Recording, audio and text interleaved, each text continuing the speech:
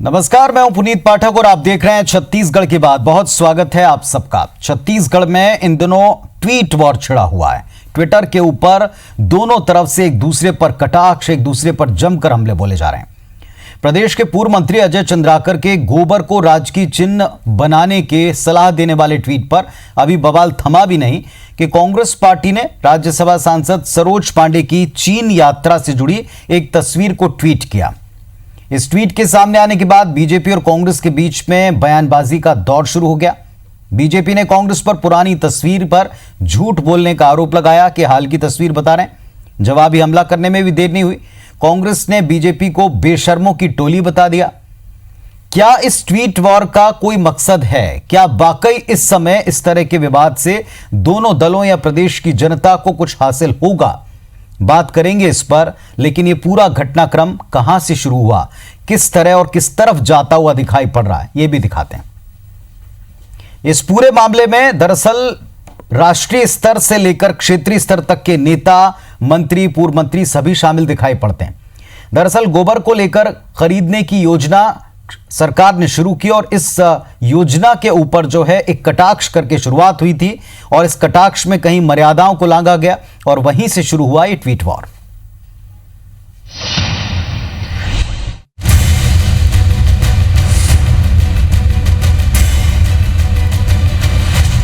छत्तीसगढ़ में गोबर पर सियासी गदर थमा भी नहीं था कि अब सरोज पांडे की चीन यात्रा की एक तस्वीर पर बीजेपी कांग्रेस आर पार के मूड में है। दरअसल कांग्रेस ने ट्विटर पर राज्यसभा सांसद सरोज पांडे की एक तस्वीर शेयर करते हुए लिखा है कि ये देखो, राज्यसभा सांसद सरोज पांडे चीन गई थी हाल ही में। देश जानना चाहता है कि आखिर किस उद्देश्य और मंशा के साथ ये चीन गई थी। चीन के मुद्दे पर कांग्रेस ने जैसे ही बीजेपी को घेरने की कोशिश की तो बीजेपी ने भी पलटवार करते हुए ट्वीट किया कि ये फोटो आपको चीन से पैसे लेने और उससे गुप्त मिलन के अपराध से मुक्त नहीं कर सकता।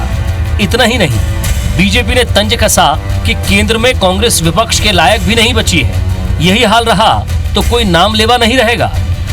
इस पर कांग्रेस ने जवाबी हमला बोलते हुए बीजेपी को बेशर्मों की टोली बताया और कहा कि हिम्मत है तो बताओ कि ये तस्वीर कब की है।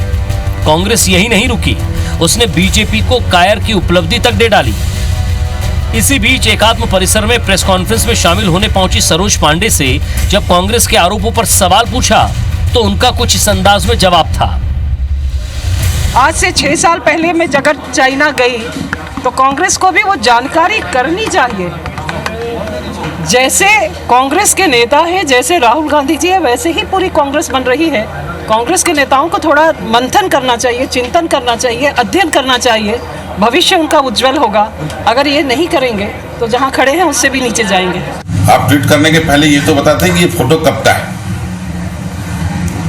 आज पूरा देश ये जानना चाहता है कि जब डोकलाम के मुद्दे पे भारत और चीन के बीच तनाव था तो राहुल गांधी जी गुप्त रूप से चीनी दूतावास मिलने क्यों गए? जाहिर है ट्विटर पर शुरू हुई ये लड़ाई कई बार सियासी मर्यादाओं को भी तोड़ती नजर आई। चाइना को लेकर ट्विटर पर एक दूसरे पर कीचड़ उछालने के बाद शाम होते होते ये लड़ाई जुबानी जंग में तब्दील हो गई। अब वो जिस तरह का बयान देना चाहते हैं, हम लोग कैसे किसी को बोलें? देश स्वतंत्र है, प्रजातंत्र भी है, अपनी बात रखने की स्वतंत्रता भी है। वो जैसा चाहे बात अपनी रख सकती हैं सरोज जी या कोई भी अन्य दल के लोग। देश के लोग अंततः इसका फैसला करेंगे। प्रदेश के लोग इसका फैसला कर लेते हैं कि कौन क्या बोल रहा है और किस बात का क्या आधार। भारतीय जनता पार्टी खुद चीन से साठगांठ करती है। भाजपा के नेता चीन के सतत संपर्क में हैं। रमन सिंह जी ने 2016 में चीन की यात्रा की थी। अपनी इन मुलाकातों का हिसाब दे। भाजपा के नेता बताएं कि प्रधानमंत्री मोदी से 18 बार चीन के राष्ट्रपति शी जिन की क्या बात हुई। प्रदेश की सियासत में शायद ये पहली बार हुआ है कि दोनों प्रमुख दल ट्विटर पर इस तरह आमने सामने आए हों और कोई भी हार मानने को तैयार नहीं। दरअसल कोरोना संकट काल में धरना प्रदर्शन पर बैन है। ऐसे में राजनीतिक पार्टियां सोशल मीडिया के सहारे ही अपनी सक्रियता बनाए हुए हैं, लेकिन वर्चुअल वर्ल्ड में एक दूसरे पर वार पलटवार के दौरान उनका शब्दों की मर्यादाओं को भी लांघना कई सवाल खड़े करता है। रायपुर से सौरभ सिंह परिहार के साथ ब्यूरो रिपोर्ट IBC 24। तो सवाल यह है कि किसी भी योजना के ऊपर सवाल उठाना गलत नहीं, लेकिन किन शब्दों का और किस चीज से आप तुलना कर रहे हो इस पर विचार बनता है। किसी तस्वीर को ट्वीट करना, उस पर सवाल उठाना गलत नहीं, लेकिन क्या उसके बारे में कोई भ्रम फैलाया जा रहा है? अगर स्पष्टता एक तरफ से नहीं तो क्या दूसरी तरफ से साफ साफ उत्तर मिला है? आरोप के बदले केवल आरोप हैं, ट्वीट के बदले केवल ट्वीट हैं, लेकिन सच्चाई जनता तक पहुंचनी चाहिए। हमारे साथ दोनों पक्षों से आज जो नेता जुड़े हैं, तेज तर्रार साफ साफ जवाब देने वाले और साफ साफ अपनी बात रखने वाले हैं। आरपी सिंह साहब कांग्रेस पार्टी की तरफ से, संजय श्रीवास्तव जी बीजेपी की तरफ से, आप दोनों का स्वागत है। सिंह साहब, जो ट्वीट वार छिड़ा हुआ है इसमें ताजा घटनाक्रम, चीन एक ऐसा मुद्दा है, राष्ट्रीय स्तर पर पार्टी को घेरा जा रहा है। राष्ट्रीय अध्यक्ष से लेकर पार्टी के नेता, बीजेपी के तमाम नेता कांग्रेस पार्टी को, नेता को आपके घेर रहे हैं। क्या उसका जवाब प्रदेश से दिया जा रहा है? क्या ये बताया जा रहा है कि इन मुलाकातों के भी आपको अर्थ बताने पड़ेंगे देश को? देखिए, निश्चित तौर पर जब एक उंगली पुनीत भाई आप किसी की तरफ उठाते हैं तो बाकी की 3 उंगली आप ही की तरफ इशारा करती हैं। आप सत्ता में हैं, सवाल विपक्ष से पूछते हैं, तो हमारा तो पहला धर्म है कि केंद्र की राजनीति में अगर हम विपक्ष में है तो सवाल हम पूछेंगे। और भारतीय जनता पार्टी के मित्रों की एक बड़ी खास अदा है जो मुझे पसंद आती है कि उनको देश के इतिहास का पूरा ज्ञान है। 1962 से लेकर 2020 तक वर्तमान की कोई जानकारी नहीं है। 2022 में क्या जादू होने वाला है वो ये भी जानते हैं क्योंकि अंतर्यामी है। वर्तमान पे उनसे आप सवाल खड़ा मत कीजिए, वो उसका जवाब नहीं देंगे। 20 जवान कैसे शहीद हुए, चीन कैसे 50 किलोमीटर अंदर आ गया, दूसरे फ्रंट पे 18 किलोमीटर अंदर आ गया, उनके सांसद कह रहे हैं, स्थानीय निवासी कह रहे हैं, उस पर बात नहीं करेंगे। वो बात कहाँ करते हैं? वो बात करेंगे भूतकाल की या फिर भविष्यकाल की जो 2022 में होने वाला है। अब सवाल उठाए जाते हैं कि राजीव गांधी फाउंडेशन में आपने चीन से पैसा लिया है। हाँ, हमने लिया है, हमने सार्वजनिक रखा, पब्लिक डोमेन पे है। आप RSS का खाता पब्लिक डोमेन पर डाल दीजिए। संघ को पैसा कहाँ कहाँ से आता है? मैं 2-3 नाम गिनाता हूँ। संघ के बड़े नेता सुनील अंबेडकर, इनका पैसा क्या चाइना से नहीं आता है? विवेकानंद फाउंडेशन के चीन से क्या कनेक्शन है, आप मुझे बता दीजिए। वर्तमान विदेश मंत्री के पुत्र की संस्था चीन से क्या संबंध है? क्या चीन से मिलने वाली मदद के चलते ही उन्हें विदेश मंत्री बनाया गया? तो ऐसे तमाम है। अभी तो खाली चीन की बात कर रहा हूँ। क्या संघ को अमेरिका से पैसा नहीं मिलता है? अगर मिलता है तो कितना मिलता है और क्या करने के लिए मिलता है, और संघ क्या करता है उस पैसे का इस्तेमाल? तो मैं अगर इस बात पे बोलने आऊंगा तो 1 हफ्ता लगातार बोलूंगा। मैं तो फिर पलट के आता हूं यहीं पर। ये जो कल से ट्वीट वार छड़ा हुआ, क्यों छड़ा? देखिए, हमने एक योजना लॉन्च की, क्या नाम है उसका? गोधन न्याय योजना। जो गौवंश के जानवर हैं वो सड़कों पर मारे मारे फिरते हैं, एक्सीडेंट में उनकी स्थिति बिगड़ जाती है, आदमी मारे जाते हैं। हम चाहते हैं कि जो गोबर है सरकार उसको खरीदे, हम उसका वर्मी कंपोस्ट खाद बनाएं। इससे गौवंश पालन को वृद्धि मिलेगी, लोगों को दूध मिलेगा, जानवर सुरक्षित होंगे, ग्रामीण अर्थव्यवस्था में अपना का बढ़ोतरी होगी। और सबसे बड़ी बात यह है कि हम फिर से जैविक खेती की तरफ जा रहे हैं। लेकिन हम जैसे ही गाय को छूते हैं, हरिशंकर परसाई जी ने लिखा था कि गाय एकमात्र ऐसा जानवर है जो पूरे विश्व में दूध देता है और यहाँ पर वोट देता है। तो हिंदू, मुसलमान, धर्म, राम, गौ माता, इसको आप टच मत कीजिए। ये भारतीय जनता पार्टी के ब्रांड एम्बेसडर है। तो हमने जैसे ही गाय मक्का दी, अपना गौ माता की बात की, हमने गोबर लेने की बात की, इनके दिल पर छुरी चल गई साहब। मैं थोड़ा सा पीछे चलता हूँ, तारीख याद दिलाता हूँ। 25 फरवरी 2018, संजय जी सुन लीजिएगा ध्यान से। 25 फरवरी 2018 मन की बात, माननीय मोदी जी, उन्होंने कहा कि हम आने वाले समय में इस देश में गोबर धन योजना लागू करेंगे। हालांकि उनकी सारी योजना मिस्टर इंडिया की तरह होती हैं, जो होती तो हैं लेकिन दिखाई कहीं नहीं देती हैं। तो जैसे 20 लाख करोड़ का पैकेज दिखाई नहीं दिया, वैसी गोबर धन योजना भी दिखाई नहीं दी, लेकिन हमारी योजना दिखाई देगी और लोगों को फायदा पहुंचाएगी। ये आप भी देखेंगे, हम भी देखेंगे और भारतीय जनता पार्टी के मित्र भी देखेंगे। छोटा सा सवाल है सिंह साहब, आपने बड़े तथ्यों के साथ में एक बात रखी थी कि किन किन नेताओं को चीन से फंडिंग होती, किन किन संस्थाओं को, उनकी बात निकलेगी तो दूर तक जाएगी। फिर सरोज पांडे जी का फोटो क्यों, और उसके ऊपर क्या पार्टी ने स्पष्टता के साथ बात रखी? क्योंकि अगर कोई बात गलत निकलती बाद में जाकर तो वो पूरी पार्टी को डिफेम करती। मेरा कहना है, हमने तो एक तस्वीर सामने रख के खाली ये पूछा कि आप क्यों गई थी, पूरी पार्टी कैसे बिलबिला गई। आपने सरोज पांडे जी का वक्तव्य सुना, उनकी बॉडी लैंग्वेज देखा, 6 साल पुरानी फोटो है। मैं मानता हूं बहन जी, आप 6 साल पहले गई थी। सवाल तो इस बात का उठता है कि 62 की जंग को 58 साल हो गए, आप ये नहीं बताते हैं कि 20 लोग क्यों मारे गए। चाइना आपकी छाती पाकर कैसा बैठा है। मोदी जी 18 बार जिनपिंग को अपना लिया झूला क्यों झुलाते थे, नारियल का पानी क्यों पिलाते थे, लुंगी पहन के क्यों उनको मंदिर को गोल गोल घुमाते थे। आप 58 साल पुरानी बात याद करते हैं तो बहुत अच्छी बात है, वो राष्ट्रवाद है। हमने 6 साल पुरानी फोटो दिखा दी तो आप तिलमिला गए, तो ये तो गलत बात है साहब, तिलमिलाइए मत, अभी तो लड़ाई शुरू हुई है। चलिए उत्तर लेता हूं। संजय श्रीवास्तव जी, तीनों बातों का उत्तर दीजिएगा। कई नेता हैं, कई संस्थाएं हैं जिनकी फंडिंग को लेकर सवाल पूछा जाएगा, फिर देश को उसका भी जवाब दें। 6 साल पुरानी तस्वीर पर बवाल, तो फिर 62 के युद्ध का जिक्र बार बार क्यों छेड़ते हैं, और जो लड़ाई शुरू की ट्वीट पर अब उसी की कड़ियां हैं जो सत्ता पक्ष या कांग्रेस पार्टी की तरफ से जो केंद्र में विपक्ष में है वो आ रही है, तो फिर क्यों इतनी छटपटाहट है?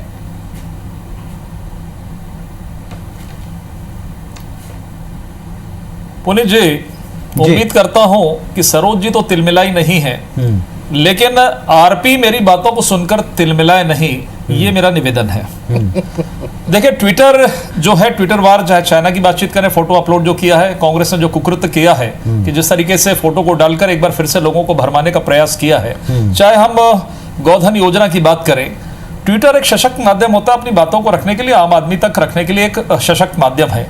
लेकिन ट्विटर का दुरुपयोग जिस तरीके से आईएनसी कांग्रेस, आप जब चले जाइए पीछे और बीजेपी छत्तीसगढ़ के भी ट्विटर अकाउंट को देख लें, आपको क्लियर समझ में आ जाएगा कि ट्विटर हैंडल्स को कौन दुरुपयोग कर रहा है, कौन सी पार्टीज का दुरुपयोग कर रही है। पहली चीज, क्योंकि ये ट्विटर का विषय था। दूसरा, चाइना का विषय, आपको अधिकार है क्या? आप भ्रमित करेंगे लोगों को? आप 6 साल की फोटो को डालकर अभी कहेंगे, या तो फिर तथ्यों की जानकारी रखिए। आपको तकलीफ है तमाम प्रकार की, आप बात कर रहे हैं तथ्य, यदि तथ्य आपके पास हैं, क्योंकि हम यदि पीछे जाते हैं तो आपको तकलीफ होती है, इसलिए आप कम से कम लोगों को भ्रमित मत करें। छत्तीसगढ़ में आपने भ्रमित करके सरकार बना ली, बहुत अच्छी बात है, कहीं आपत्ति नहीं है। अब 5 साल आप रहेंगे सरकार में, 3.5 साल बचे, करिए, कहीं आपत्ति नहीं है। लेकिन आप गलत चीजों को, एक राष्ट्रीय नेता को बदनाम करने का प्रयास करेंगे तो बीजेपी बिलबिलाती नहीं है। बीजेपी संघर्षों से निकली हुई पार्टी है, बीजेपी माकूल जवाब देना चाहती है। अब वो कांग्रेस नहीं रही 1947 के बाद से कि एक तरफा राज 58 साल का।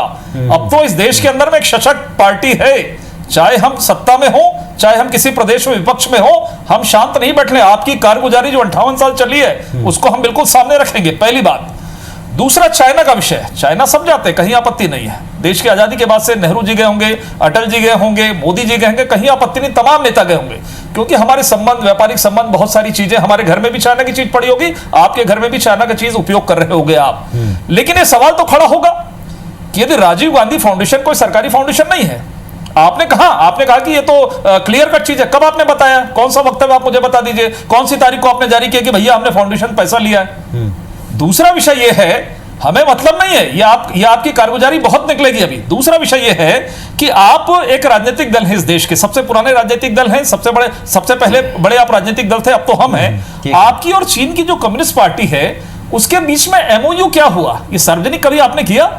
आपने किया कभी सार्वजनिक? बहुत बड़ी बड़ी बातें कर रहे हैं, क्या पर्दे के पीछे और पर्दे के आगे क्या इसमें तथ्य भी रखेंगे? जैसे आपने अभी कहा कि आप किसी भी बड़े देश लड़ रहा है, कम से कम आप देश लड़ रहा है, सर एक मिनट, तथ्य रखें। एक मिनट,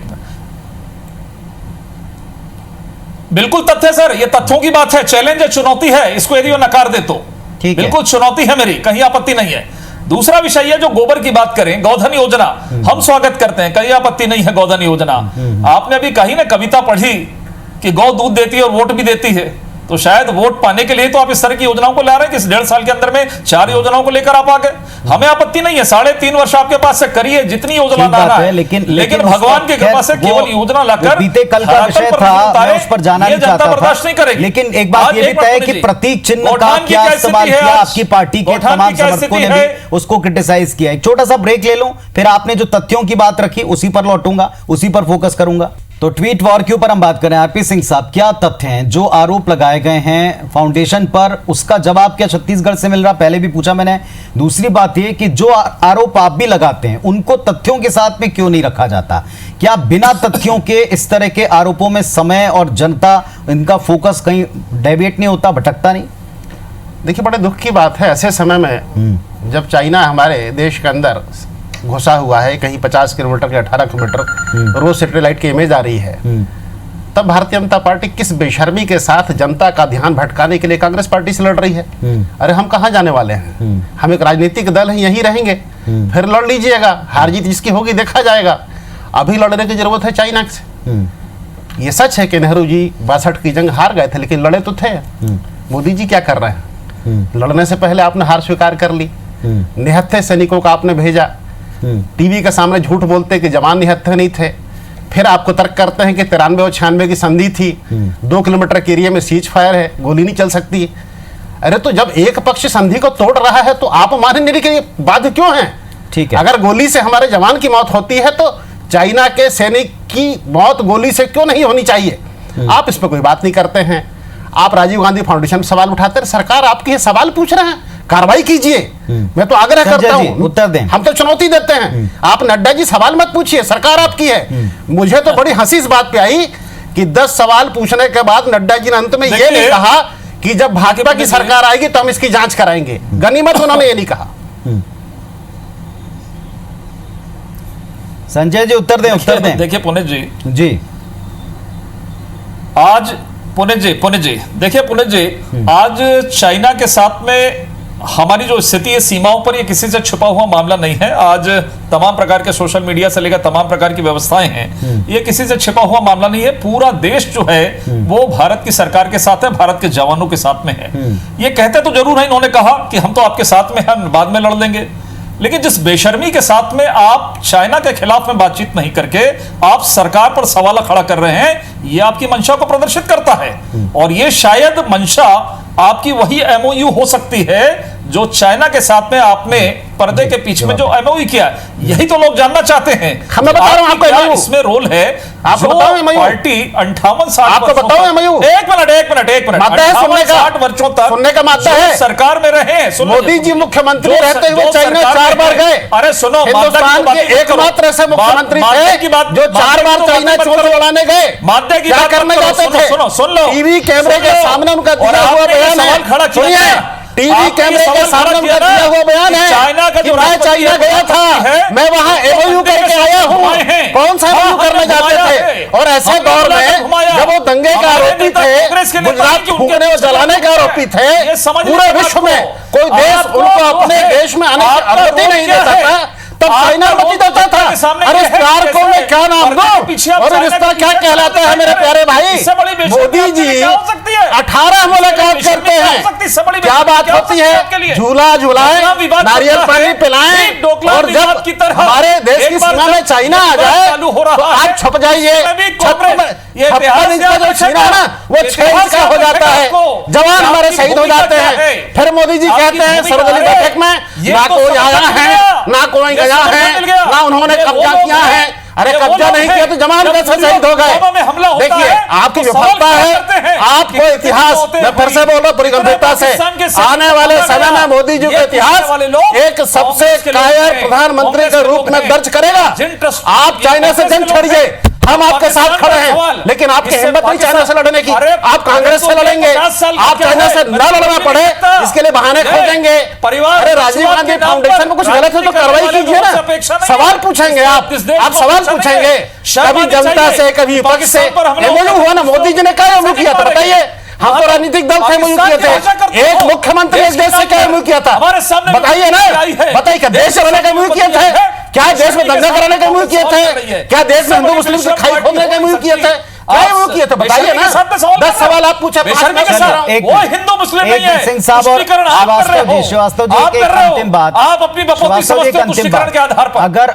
अगर तो पार्टी के पास राष्ट्रीय स्तर पर किसी संगठन के लेन देन को लेकर इतनी बड़ी शंकाएं हैं जो देश की रक्षा से आप जोड़ते हैं या सुरक्षा से सौदेबाजी से आप जोड़ते हैं, तो क्या उसके फैक्ट्स भी सामने नहीं रखना चाहिए? जो आरोप आप विरोधियों पर लगाते के बिना फैक्ट की बात करते हैं, क्या वही बात राष्ट्रीय स्तर पर बड़े नेता नहीं कर रहे हैं? क्या उसी लीग को फॉलो नहीं किया जा रहा है? कार्रवाई क्यों नहीं की जाती है? जो सवाल है इसका भी उत्तर है।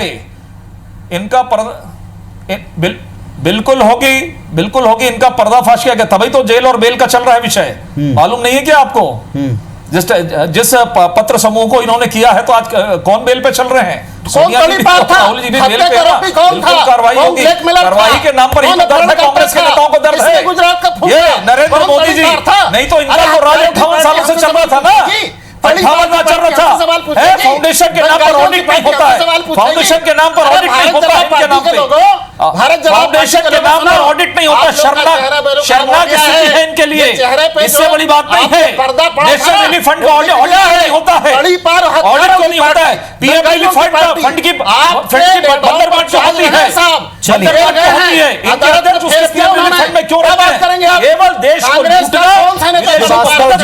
श्रीवास्तव जी और सिंह साहब, सवाल ही सवाल है की स्थिति कांग्रेस के लिए नहीं हो सकती। श्रीवास्तव जी, सवाल ही सवाल, एक मिनट पूछा जाएगा समय। दोनों तरफ जो आपने बड़े सवाल खड़े किए हैं, एक तरफ कांग्रेस पार्टी के लिए कि क्या वास्तविकता की सही जानकारी मांगना क्या इस समय देश के या सरकार के विरुद्ध है, क्या इसकी सही जानकारी नहीं होना चाहिए और कितनी जानकारी दी जानी चाहिए, क्या उस सीमा में दी जा रही, एक सवाल। दूसरी बात यह कि अगर आरोप हैं तो फिर इनके फैक्ट सामने रख के उस पर कार्रवाई क्यों नहीं। सवालों के जवाब पार्टियां वक्त रहते खोज लें, क्योंकि देश भी देख रहा है, प्रदेश भी देख रहा है। बहुत धन्यवाद आप दोनों का जुड़ने के लिए। नमस्कार।